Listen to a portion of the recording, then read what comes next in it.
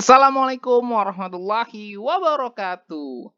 Kelas 5, cerdas, ramah, berakhlak mulia. Pada video kali ini kita masuk tema kelima tentang ekosistem, subtema kedua, hubungan antar makhluk hidup dalam ekosistem, pembelajaran kedua. Hari ini kita akan belajar tentang aliran energi pada rantai makanan dan juga kita akan belajar membuat karangan teks non-fiksi dari rantai makanan. Sudah siap untuk belajar? Yuk kita simak materinya. Aliran energi pada rantai makanan. Setelah sebelumnya kita sudah membahas tentang rantai makanan, kita masuk kepada aliran energi pada rantai makanan. Tampak pada piramida rantai makanan ya. Di sini ada piramida bentuknya apa nih? Limas ya. 5 segi 4 ya. Di dasar paling bawah ada yang namanya produsen. Produsen berupa tumbuh-tumbuhan ya. Kemudian masuk ke konsumen satu lebih sedikit jumlahnya daripada produsen ya. Itu ada hewan-hewan herbivora maupun omnivora, tikus, belalang, ya, ulat. Terus makin kecil lagi jumlahnya ke konsumen 2. Itu ada katak, atau ada ayam gitu kan. Makin mengecil lagi, sedikit lagi jumlahnya di konsumen 3 atau konsumen puncak. Bisa juga ntar konsumen keempat nih yang puncak gitu ya. Nah, ini contoh saja ya. Wah, jadi bisa kita lihat dalam gambar piramida rantai makanan ini semakin ke atas maka akan semakin kecil atau semakin sedikit jumlahnya. Next. Perhatikan rantai makanan berikut. Produsen, tumbuhan hijau yang memproduksi makanannya sendiri melalui fotosintesis. Terus dimakanlah oleh si tikus, ya konsumen satu. Hewan herbivora atau omnivora yang memakan produsen secara langsung, terus dimakan lagi sama hewan karnivora. Contohnya apa di sini adalah ular. Ular itu nggak makan tumbuhan kan ya, makannya tikus gitu ya. Hewan karnivora yang memakan konsumen satu.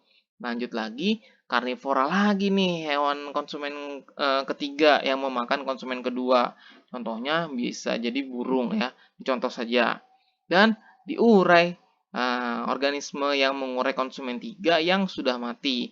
Hasil penguraian menjadi makanan bagi si tumbuhan yang merupakan produsen. Jadi rantai makanan ini berbentuk circle gitu ya, ada keterkaitannya satu sama lainnya. Dalam rantai makanan terjadi aliran energi. Aliran energi itu proses berpindahnya energi dari satu makhluk hidup ke makhluk hidup lainnya. Energi tersebut akan berpindah saat makhluk hidup tersebut dimakan oleh makhluk hidup lainnya. Ya, contoh aliran energi. Di sini kita punya matahari ya sebagai sumber utama energi makhluk hidup. Jadi, kenapa matahari disebut energi utama? Karena matahari inilah yang membuat, yang menghasilkan agar tumbuhan dapat menghasilkan makanannya sendiri. Supaya apa? Supaya tumbuhan ini nanti untuk jadi makanan bagi konsumen pertama. Kemudian konsumen pertama ini bisa makan, bisa banyak, terus nanti dimakan lagi sama konsumen kedua. Konsumen kedua ini juga ada, terus bertahan kehidupannya di ekosistem, dimakan lagi sama konsumen ketiga. Konsumen ketiga terus mati gitu ya, nggak dimakan ya. Jadi konsumen ketiganya atau konsumen puncaknya matinya bisa entah dia kecelakaan, entah dia sakit, entah dia usianya udah tua gitu kan, dia mati, diurai ya oleh pengurai.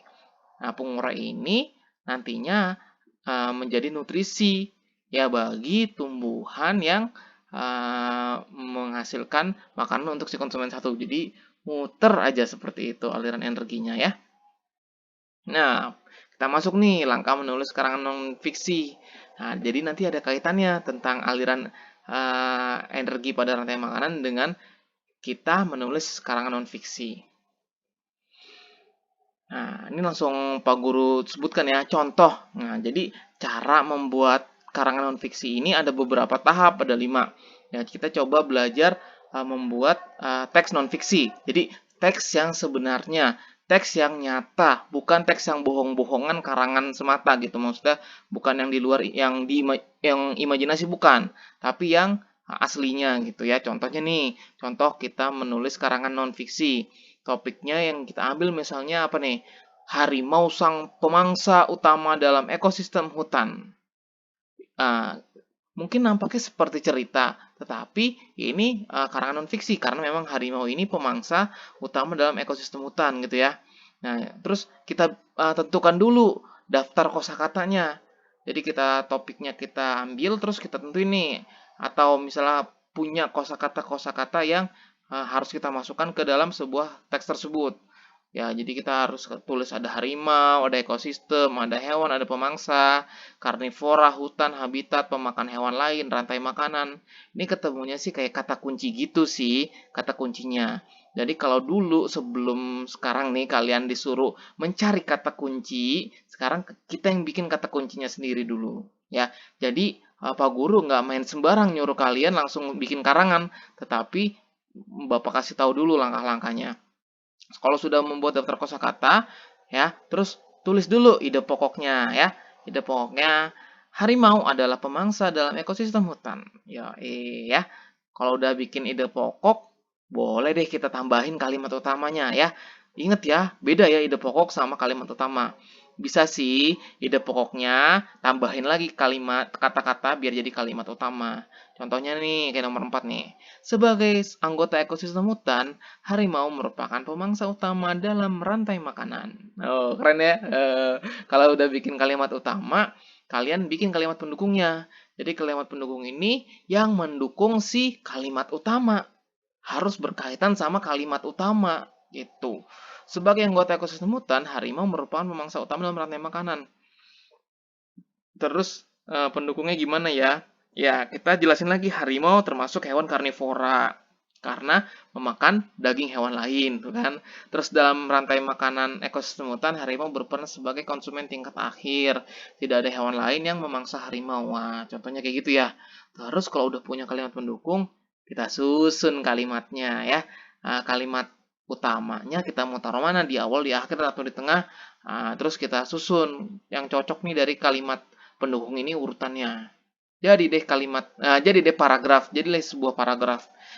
Nah, jadi kayak gini, sebagai anggota ekosistem hutan, harimau merupakan pemangsa utama dalam rantai makanan. Harimau termasuk hewan karnivora karena memakan daging hewan lain. Dalam rantai makanan, ekosistem hutan, harimau berperan sebagai konsumen tingkat akhir. Tidak ada hewan lain yang memangsa harimau. Udah cakep ya? Ya, nanti kita coba bareng-bareng membuat karangan non-fiksinya. Ya, sebagaimana tantangan pelajar kita kali ini ya. Kamu bisa memilih salah satu gambar dari hewan yang muncul di layar ya. Kamu buat sebuah karangan non-fiksi yang berkaitan tentang rantai makanan seperti yang tadi Pak Guru contohkan ya. Gunakan kalimatmu sendiri dengan bahasa Indonesia yang baik dan benar. Ada hewan apa tuh? Ada belalang, ada kambing, sama ada ikan paus. Ya. Oke, tadi kan sudah dicontohin cara bikinnya. Sekarang tugas kalian, tantangan kalian membuat satu paragraf dan tulis di kolom komentar ya. Pilih salah satu hewan aja di antara tiga yang tadi ya. Kamu bisa menggunakan kosakata yang Bapak sediakan nih. Ada ekosistem laut, biotik, konsumen, karnivor, ekosistem sawah, biotik, habitat, omnivor, ekosistem padang rumput, energi, predator, herbivor, peranan interaksi, produsen, mangsa. Ya. Jadi kamu tulis yang udah jadi aja paragraf utuhnya ya. Jadi yang langkah-langkahnya yang tadi kamu bisa minta bantuan sama orang tua kamu di rumah atau kamu bisa coret-coretan atau saling tanya jawab sama teman kamu, bisa saling membantu teman kamu yang lain ya. Jadi kalau misalnya bingung nggak ngerjain sendiri, coba deh chat temennya ataupun hubungi orang tuanya, oke? Ya, sama-sama nanti kamu tulis tantangannya satu paragraf di kolom komentar. Kalau sempat, kamu juga komentarin ya karya daripada teman kamu ya. bagus atau enggak. Ingat ya, teks non-fiksi, karangan non-fiksi. Terima kasih telah menyaksikan materi ini. Semoga bermanfaat dan ilmunya menjadi berkah untuk kita semua. Pak Guru tutup. Ya, kelas 5, cerdas, ramah, berakhlak mulia. Wassalamualaikum warahmatullahi wabarakatuh.